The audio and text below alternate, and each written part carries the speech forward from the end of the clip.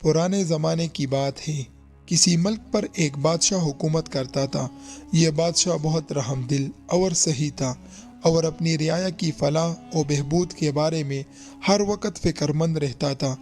مگر اس بادشاہ میں ایک خامی بھی تھی، وہ اپنے وزیروں اور مشیروں کی تمام باتوں پر آنکھ بند کر کے یقین کر لیتا تھا، ان کی خود تصدیق نہیں کرتا تھا کہ ان لوگوں کی یہ باتیں درست بھی ہے یا نہیں۔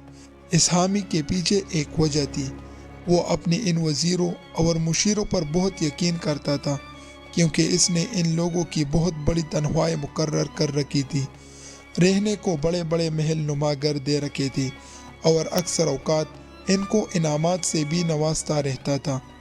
بادشاہ کا خیال تھا کہ ان نوازشات کی وجہ سے یہ لوگ محنت اور دیانتداری سے رعایا کی خدمت میں لگے رہیں گے، لیکن معاملہ اس کے برعکس تھا۔ اس کے وزیر اور درباریوں نے ملک میں لوٹ مار اور ظلم و ستم کا بازار گرم کر رکھا تھا۔ ان کے ماتحت سرکاری اہلکار رعایا کے چھوٹے چھوٹے سے کام کرنے کی بھی رشوت لیتے تھے، کسانوں سے اناج زور زبردستی سستے داموں خرید کر مہنگے داموں فروخت کر دیا کرتے تھے۔ ان کاموں میں یہ سب لوگ ایک دوسرے کی مدد کرتے تھے۔ اگر کوئی بادشاہ سے شکایت کرنے کے لیے محل کی جانب آتا تو اسے ڈرا دھمکا کر واپس کر دیا جاتا۔ اگر کوئی ان کی دھمکیوں میں نہ آتا تو اسے کسی چھوٹے الزام میں جیل میں ڈال دیا جاتا تھا۔ بادشاہ ان تمام باتوں سے بے خبر تھا۔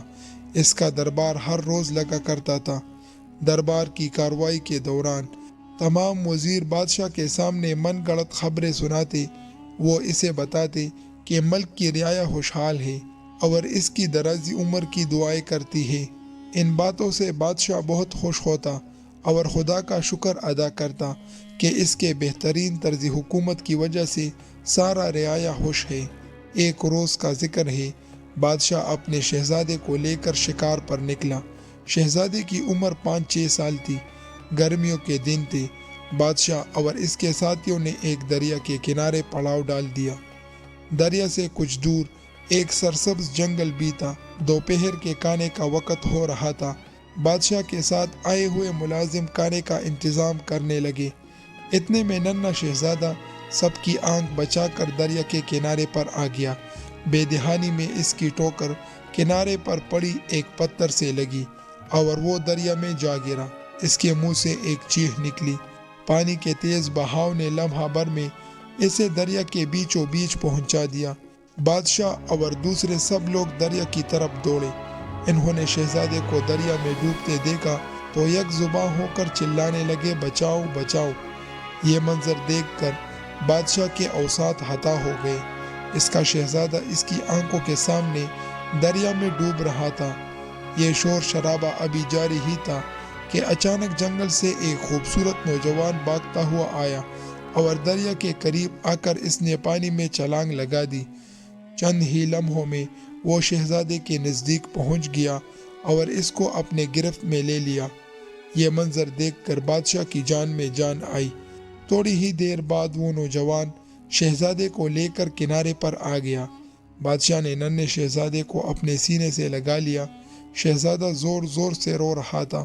بادشاہ نے اس نوجوان سے کہا، نوجوان، تم نے ہم پر ایک بہت بڑا احسان کیا ہے۔ ہم تمہیں اس کا انعام بھی دیں گے اور ساری زندگی تمہارے احسان مند رہیں گے۔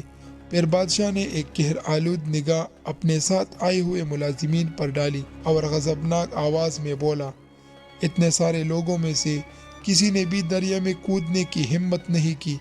اگر یہ نوجوان مدد کو نہ آتا تو شہزادہ تو ڈوب جاتا۔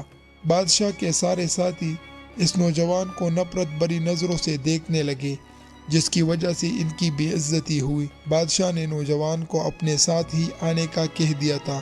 محل پہنچ کر بادشاہ نے پورا واقعہ ملکہ کو سنایا۔ اس کی کہانی سن کر ملکہ ننھے شہزادے کو خود سے لپٹا کر رونے لگی۔ اس نے اس نوجوان کا بہت شکریہ ادا کیا۔ بادشاہ نے کہا، ہم اس نوجوان کو وزیر بنا کر ہمیشہ اپنے ساتھ رکھیں گے۔ اس کی بات سن کر نوجوان نے ادب سے ہاتھ باندھ کر کہا، جا پناہ، ڈوبتے ہوئے شہزادے کو بچانا میرا فرض تھا۔ اس کے بدلے میں نہ تو مجھے کچھ انعام چاہیے اور نہ ہی کوئی عہدہ۔ میں ایک لکڑہارا ہوں اور محنت سے اپنی روزی کماتا ہوں۔ اس کے علاوہ گستاخی معاف، میں ہرگز آپ کا وزیر بننا نہیں چاہتا، کیونکہ یہ کہہ کر نوجوان خاموش ہو گیا۔ نوجوان کی باتیں سن کر بادشاہ دم بہت رہ گیا۔ آج تک کسی میں بھی اتنی ہمت پیدا نہیں ہوئی تھی کہ اس کی کسی بات کو ماننے سے انکار کرے۔ اس کے چہرے پر غصے کے آثار نمودار ہونے کو ہی تھے کہ اس نے خود پر قابو پاتے ہوئے نوجوان سے کہا، نوجوان، تم ہمارے محسن ہو، تم نے نہ صرف ہمارے شہزادے کو بلکہ ہمیں اور ہماری ملکہ کو بھی نئی زندگی دی ہے۔ ہمیں اپنی انکار کی وجہ تو بتاؤ، تم ہمارا وزیر کیوں نہیں بننا چاہتے؟ نوجوان بے خوفی سے بولا، حضور، میں حق حلال کی کمائی سے اپنا اور اپنے گھر والوں کا پیٹ پالتا ہوں۔ آپ کا وزیر بن جانے کے بعد مجھے بھی آپ کے دوسرے وزیروں کی طرح آپ سے جھوٹ بولنا پڑے گا، مکاری سے کام لینا پڑے گا۔ اس طرح میں آپ کو تو خوش کرنے میں کامیاب ہو جاؤں گا، مگر میرا ضمیر مطمئن نہیں ہوگا۔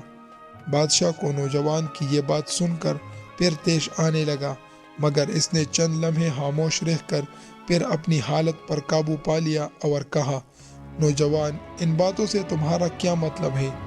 تم ہم پر الزام لگا رہے ہو کہ ہم جھوٹے باتوں اور مکاریوں سے خوش ہوتے ہیں۔ نوجوان نے کہا، جاں پناہ، جان کی امان پاؤں تو عرض کروں، آپ کے وزیر اور حکومتی عہدیدار اپنے چرب زبانی سے کام لیتے ہوئے آپ کو بتاتے ہیں کہ ملک میں سب کچھ ٹھیک ٹھاک چل رہا ہے اور آپ ان کی باتوں پر یقین کر لیتے ہیں، مگر صورتحال اس کے برعکس ہے۔ آپ کی رعایا آپ کے پڑوس کے تمام ملکوں کی رعایا سے بدتر زندگی گزار رہے ہیں۔ اگر میری بات کا یقین نہ ہو تو ماضی کے حکمرانوں کی طرح آپ بھی بیس بدل کر اپنی رعایا کی حالت کا اپنے آنکھوں سے مشاہدہ کر سکتے ہیں۔ نوجوان کی باتیں سن کر بادشاہ کی آنکھیں سوچ میں ڈوب گئی۔ اس نے سوچا کہ وہ رعایا کے بارے میں اپنے وزیروں اور درباریوں کی باتوں پر یقین کر لیتا تھا اور خود کبھی ان کی خبرگیری نہیں کی تھی۔ اس نے نوجوان کو شاہی مہمان بنا کر محل میں رکھا اور اس کے بعد وہ کئی راتوں تک بیس بدل کر اپنی رعایا کے بارے میں گونج لگاتا رہا۔ اس کی ان کوششوں نے نوجوان کی باتوں کو سچ ثابت کر دیا۔ بادشاہ کو پتہ چل گیا تھا کہ سوائے شاہی ملازمین کے اس کی ریاست میں کوئی بھی آسودہ حال نہیں تھا۔ تمام لوگ بادشاہ کو جولی پلا پلا کر بد دعائیں دیتے تھے، کیونکہ ان پر شاہی کارندے طرح طرح کے ظلم کے پہاڑ توڑتے تھے اور ان کا بادشاہ ان مظالموں سے بے خبر تھا۔ جب بادشاہ ان تمام باتوں سے پوری طرح واقف ہو گیا تو ایک روز اسے حکم دیا کہ ایسے تمام شاہی عہدیداروں کو گرفتار کر لیا جائے جو ان کاموں میں ملوث ہیں۔ ان کی گرفتاری کے بعد ان پر مقدمات چلائی گئی۔ عوام کی ایک بڑی تعداد نے ان کے خلاف گواہی دی اور پھر قاضی کے حکم پر ان سب کو جیل میں ڈال دیا گیا۔ بادشاہ نے سلطنت کے امور کو چلانے کے لیے نئے اور قابل لوگ رعایا میں سے چنے۔ یہ سب حقیقی معنوں میں نیک اور اچھے تھے، جس کی وجہ سے بہت جلد ملک میں خوشحالی کا دورہ شروع ہو گیا۔ وہی رعایا جو بادشاہ کو برا بھلا کہتی تھی، اب اس کی لمبی عمر اور خوشحالی کی دعائیں کرنے لگی۔ بادشاہ کو احساس تھا کہ اس تبدیلی کا سبب وہ عقل مند لکڑہارا تھا جو نہ صرف اس کا محسن تھا بلکہ اس کی آنکھیں کھولنے میں بھی اس کا ہاتھ تھا۔ بادشاہ نے اس کو اپنا وزیر خاص بنا لیا اور پھر سب لوگ ہنسی خوشی زندگی گزارنے لگے۔ اصل طاقت دولت یا حکومت میں نہیں بلکہ عقل، سمجھداری اور صحیح فیصلہ کرنے میں ہوتی ہے۔ ہمیشہ سوچ سمجھ کر قدم اٹھانا چاہیے، کیونکہ ہوشیاری انسان کو کامیابی دلاتی ہے۔